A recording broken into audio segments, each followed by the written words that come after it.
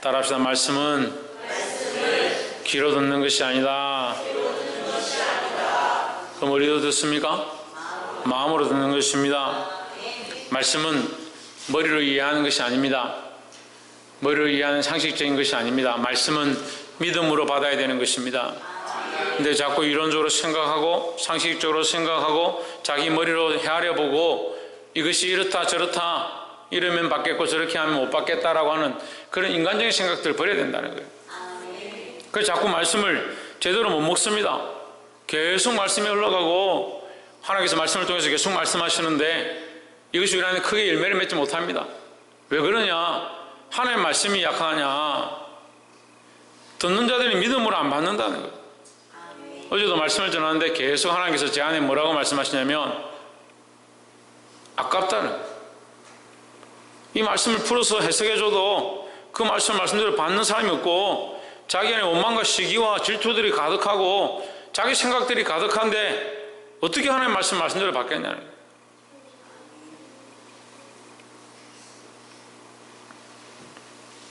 말씀을 믿음으로 받기를 주의 이름으로 축복합니다. 아까 찬양팀들이 찬양을 했는데 내 안에 살아계신 주라는 찬양을 불렀죠. 그럼 믿고 찬양하는 겁니까? 믿음으로 찬양하는 거 맞아요? 우리 안에 누가 계시다고? 하나님 살아계시다고요? 그 살아계신 하나님을 찬양하는 거요. 그 자기 안에 살아계신 하나님을 잘 모시지 못하면 하나님 앞에 이 찬양이 헛된 찬양이 됩니다. 헛된 찬양이. 하나님 믿는다면서 계속 속입니다. 자기가 속이는 줄 알면서도 속이는 겁니다. 잘못하고 있는 줄 알면서도 계속 그렇게 하는 겁니다. 바꿀 마음이 없습니다.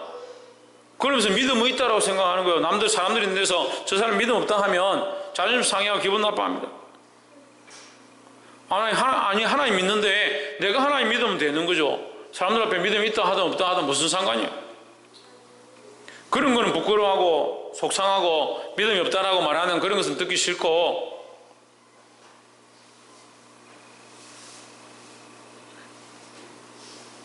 하나님 우리 안에 살아계셔서 우리가 이 살아계신 하나님을 노래하고 그 살아계신 하나님을 고백할 수 있는 그런 예배가 온전해지기를 주의 이름으로 축복합니다. 33장 1절에 예레미야가 아직 시위대 뜰에 갇혔을 때에 예레미야가 어디 있느냐? 감옥에 있다. 지금 갇혀있다. 갇혀 있으면서 그가 하나님의 말씀을 들었습니다. 2절에 이를 행하는 여호와 그것을 만들며 성취하시는 여호와 그의 이름을 여호와라 하는 이가 이와 같이 이르시도다 했습니다. 하나님께서 뭘 하시냐? 일을 행하신다. 또한 그것을 만든다. 성취한다. 이 말은 무슨 말이냐면 하나님은 일을 행하시는데 어떻게 하냐? 계획하신다. 그것을 이루신다. 계획하고 그냥 버리는 것이 아니라 하나님 계획하신 대로 이루어 가신다. 그럼 누구를 위하여 계획하시느냐? 하나님 우리를 위하여 계획하신다는 거죠. 근데 우리의 계획은요 하나님과 관계가 없어요. 하나님은 우리를 위한 계획들을 가지고 세우는데 우리는 하나님을 위한 계획이 아니라 자기를 위한 계획들을 세우는데 바쁜 거예요. 삶이 자기를 예배하면서 거기 하나님을 예배하는 건 좀 착각하고 사는 겁니다. 그런데 참 얼굴이 두꺼워요. 그런데 나와서 하나님 앞에 예배한다라고 큰 소리 치죠. 대단한 것 같아요. 그의 이름을 여호와라 하는 이가 이와 같이 이르시던도다 했습니다. 3절에 너는 내게 부르짖으라 뭐해라? 부르짖으라 기도하라는 거죠. 내가 내게 응답하겠고 내가 알지 못하는 크고 은밀한 일을 내게 보이리라 했습니다. 이것은 하나님의 약속입니다. 우리가 부르짖겠습니다 하는 게 아니라 하나님 우리에게 부르짖으라. 부르짖는 자가 볼 것이고 부르짖는 자가 응답함을 받을 것이라는 거예요. 누가 하시겠다 하느냐? 하나님이 응답하시겠다 하고 하나님께서 보이시겠다 하는 겁니다.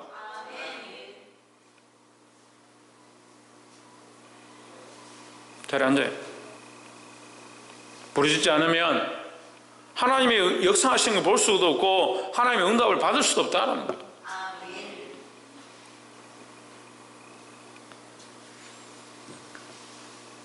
부르짖는 자에게 역사하시는 하나님의 이 역사를 보기를 주의 이름으로 축복합니다. 두 번째는 6절에 그러나 보라 내가 이 성을 치료하며 고쳐 낫게 하고 평강과 성실함의 풍성함을 그들에게 나타낼 것이며 했습니다. 내가 이 성을 치료하며 고쳐 낫게 하고 했습니다. 낫게 하시는 분이 누구냐? 하나님입니다. 그 어떤 사람이 이렇게 생각하는 거예요. 하나님이 치셨지 않습니까? 하나님이 바벨론에 붙였지 않습니까? 그렇게 생각하는 거예요. 침을 당한 것, 바벨론이 쳐들어온 것은 무엇 때문에 그렇습니까? 그들의 죄악 때문입니다. 그 자기는 못 보고 하나님, 어려우신 하나님 앞에 나는 어려운데 왜 나에게 이렇게 하냐고 생각하는 사람들이 있어요. 그 하나님도 못 보는 사람들이 그 사람들은. 하나님 보면 두려워할 수밖에 없고요. 하나님을 또 온전히 알아가면 알아갈수록 우리가 정말 죄인이고 할 수 없는 자임을 보게 되는 거예요. 그 자기들이 한 건 생각하지 않고 왜 나에게 이렇게 하시냐? 왜 나에게 이런 문제가 있냐? 보라 내가 이 성을 치료하며 할 때 병든 것은 누구 때문에 병들었냐? 이 백성들이 스스로 병든 거예요. 우리가 죄를 범했기 때문에 병든 거예요.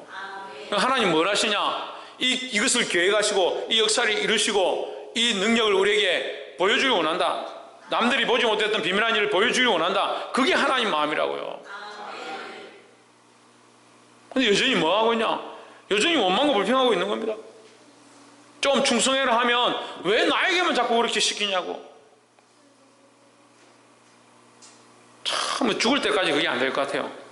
평생 갖고 있는 게 원망과 불평이고요. 남들하고 비교하는 거고요. 왜 저 사람한테는 잘해주고 나한테는 잘 안 해주냐?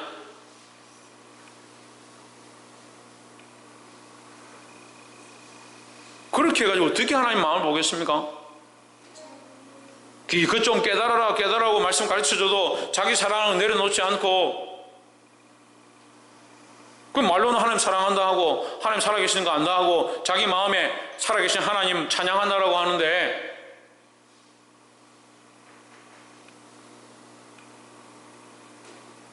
그럼 맨날 똑같죠?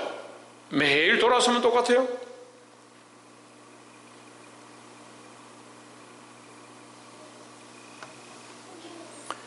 이 성읍을 치료하며 고쳐 낫게 하고 평안과 진실이 풍성함을 그들에게 나타낼 것이며 누가 하신다? 하나님께서 하신다. 7절에 내가 유다의 포로와 이스라엘의 포로를 돌아오게 하여 그들을 처음과 같이 세울 것이며 하십니다. 처음처럼 회복하시는 것도 누가 하신다? 하나님 하신다. 치료와 회복은 누가 하시는 것이다? 하나님께서 하시는 것이다. 8절에 내가 그들을 내게 범한 그 모든 죄악에서 정하게 하며 했습니다. 우리는 뭘 했느냐? 우리는 죄악 가운데 들어오졌다는 것을 보아야 되는 거예요. 우리가 죄악 가운데 들어오졌지만 하나님은 이것을 정케 하시는 일을 하기를 원한다라는 거죠.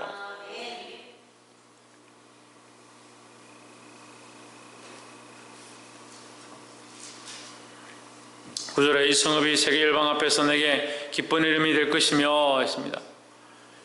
세계 일방 앞에서 나의 기쁜 이름이 될 것이며 누구의 기쁜 이름이 된다? 하나님의 기쁜 이름이 된다.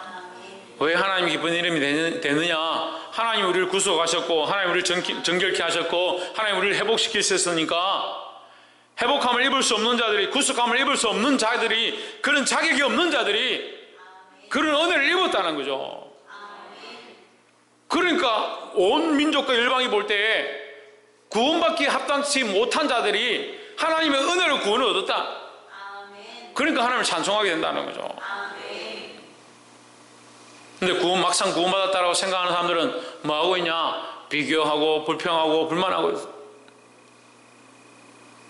하나님이 기쁜 이름을 우리에게 주시고 하나님의 이름이 기쁜 이름이 되어지기를 원하시는 그 말씀 우리에게 주셔서 하나님 치료하시고 회복하기 원하시는데 언제까지 그렇게 시기하고 질투하고 싸울 거냐?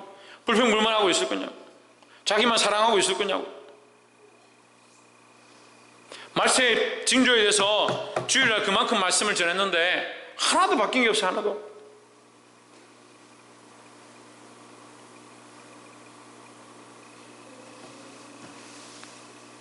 마지막 세 번째로 15절에 그날에 그때에 내가 다윗에게 한 의로운 가지가 나게 하리니 그가 이 땅에서 공평과 정의를 실행할 것이라 하십니다.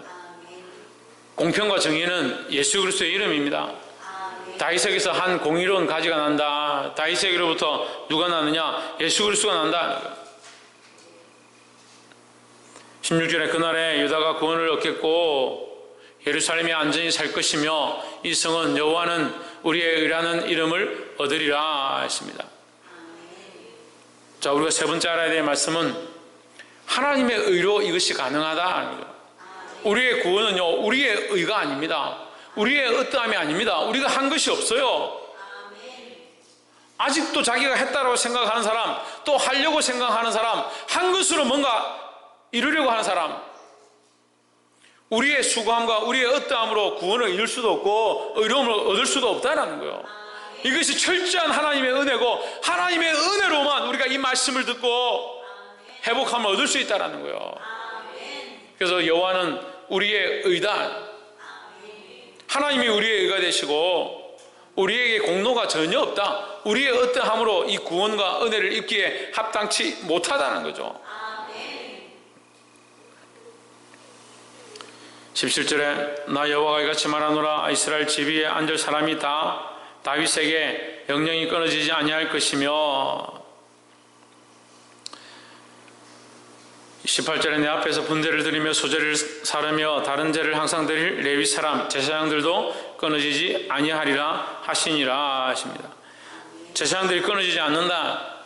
제사장들이 끊어지지 않는다는 말은 하나님 앞에 예배하는 것이 끊어지지 않을 것이다. 그래서 오늘날 누가 예배하느냐? 우리 각자가 예수 그리스도의 이름을 믿는 우리 각자가 하나님 앞에 예배자로 서 있는 것이다 하는 거죠. 그래서 우리는 다 하나님 앞에 레위 자손이고 우리는 하나님 앞에 다 제사장의 자리에 있는 자들이다 하는 거죠.